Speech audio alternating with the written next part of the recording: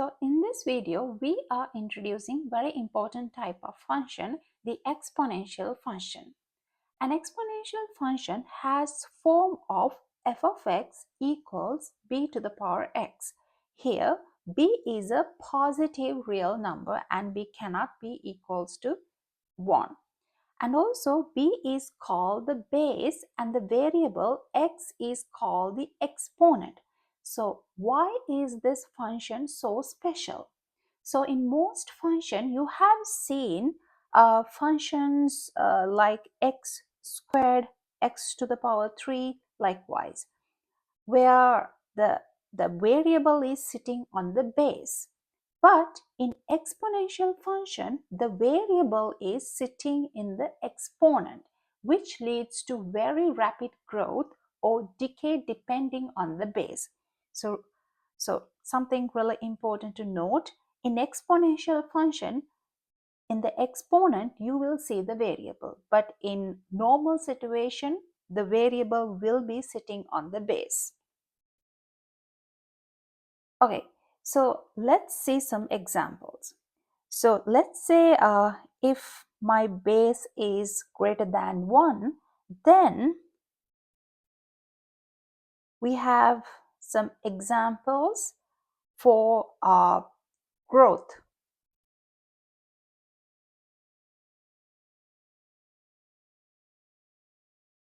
Okay, for example, let's take 2 to the power x, 3 to the power x. So here the base is greater than 1, and please note that the variable is in the exponent. So these are exponential functions. Next, let's take some example where b is greater than 0 but less than 1. Then the function decays.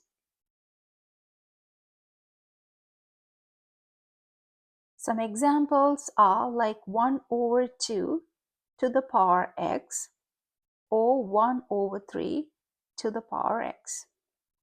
So all these 5 examples are exponential functions because the variable is sitting in the exponent.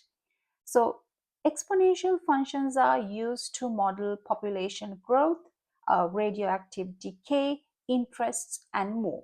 So here one thing to note that f of x equals bx is an exponential function, and here the base is always greater than 0, but it cannot be equals to 1. Okay, so let's sketch graph of some exponential functions using a calculator and talk about their key properties. So we'll look at 3 examples. Let's take our f of x as 2 to the power x, and let's take another example, gx as 3 to the power x, and also the third example as 10 to the power x. So now you can use your calculator to sketch these functions. So if you sketch this function using a calculator, you'll see this graph. So if you sketch f of x, the f of x will be of the shape like this. So the shape is something like this. So this red line represents f of x. And if you sketch g of x, it will be of the shape like this.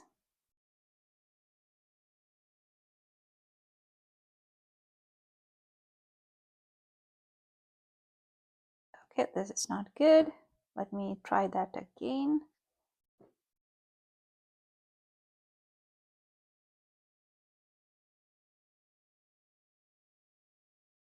So this blue line represents g of x. So use your calculator to sketch all these functions in the same window. And I'm trying to sketch h of x as well. So if you sketch h of x, it will be a shape like this.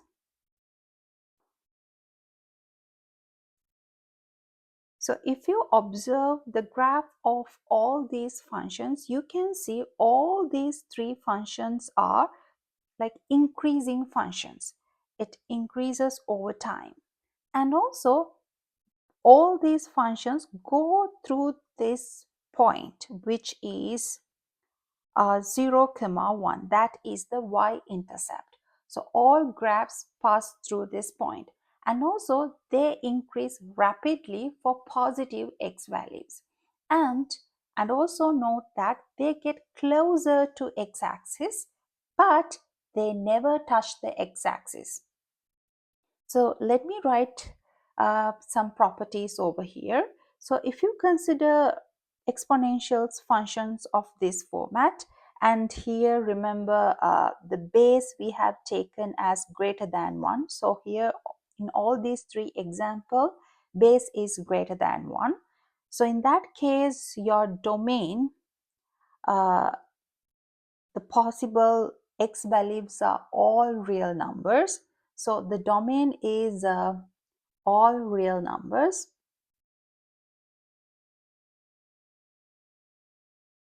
and the range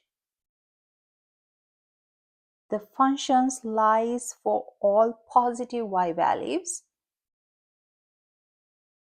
So the range is values are positive.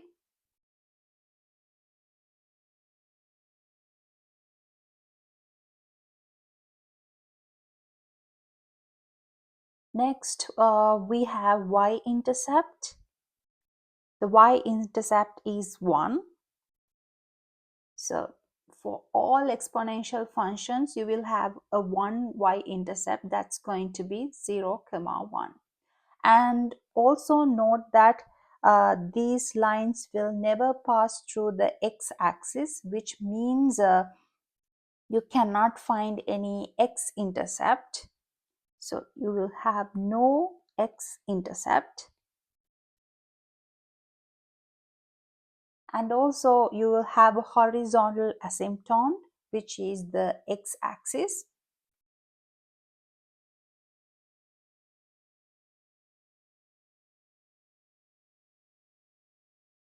The horizontal asymptote is the x-axis.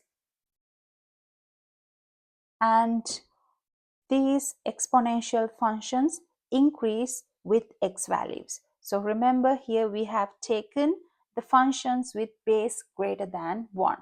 So as you go from 2x to 3x and to 10x, the curves grow faster and get steeper, because this is 2x, and for 10 to the power x, it's much faster and much steeper.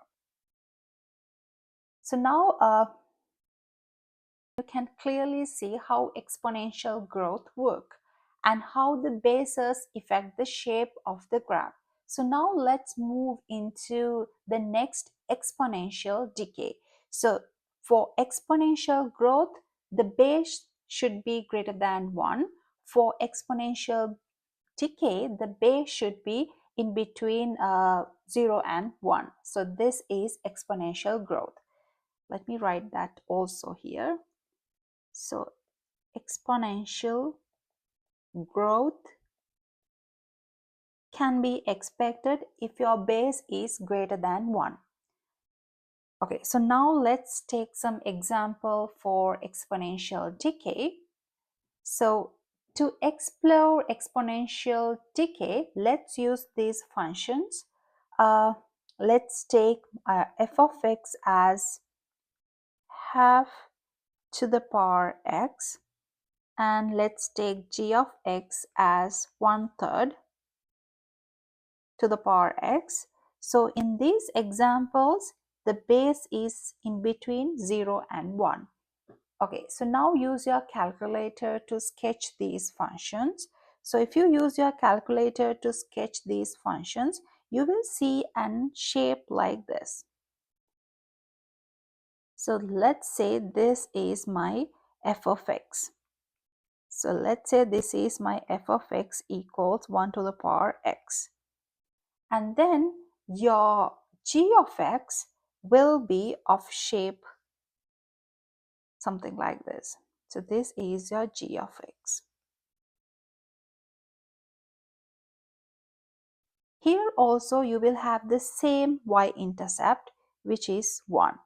And here I, so here f of x we have taken as half to the power x. So there's another way that we can write the same function.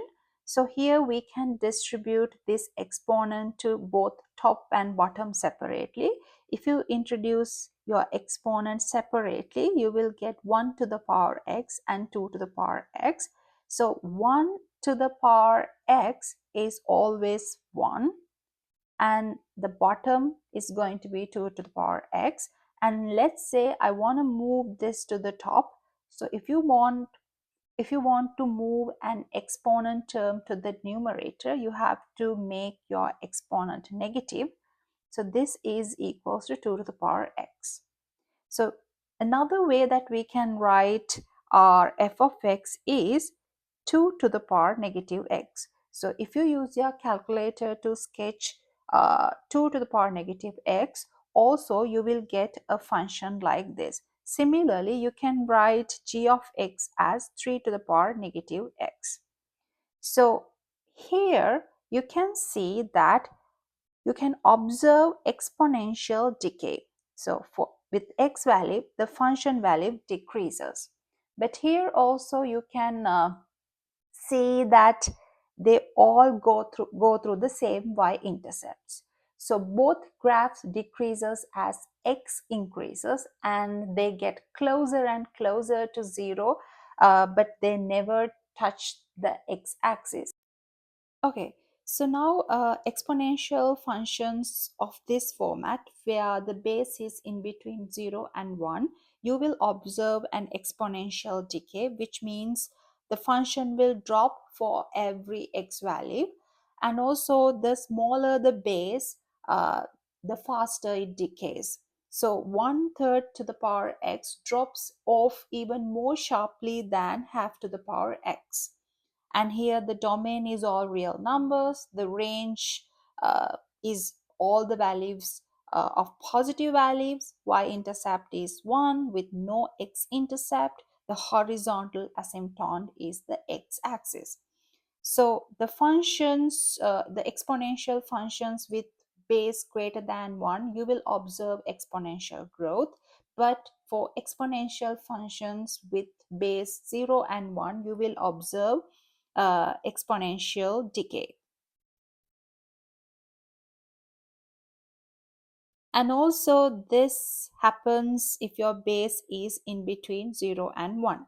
Again, we can write the same function in this format as well, where we place a negative value in x. So in that case, base can be a positive value and it is greater than 1. So I have sketched both the exponential functions, the decay and growth exponential function, in the same Cartesian plane. So this line over here represents exponential growth. So to have an exponential growth, your base should be greater than 1. And this line represents exponential decay. To get exponential decay, your base should be in between 0 and 1. But if you write your exponent as negative, in that case, your base can be greater than 1. For example, uh, this line can be represented by half to the power x. So here the base is in between 0 and 1. The same function we can write as 2 to the power negative x, 2 to the power negative x as well. So here you can see the base is greater than 1, but we have taken a negative to the exponent. So all these two functions represent the same function.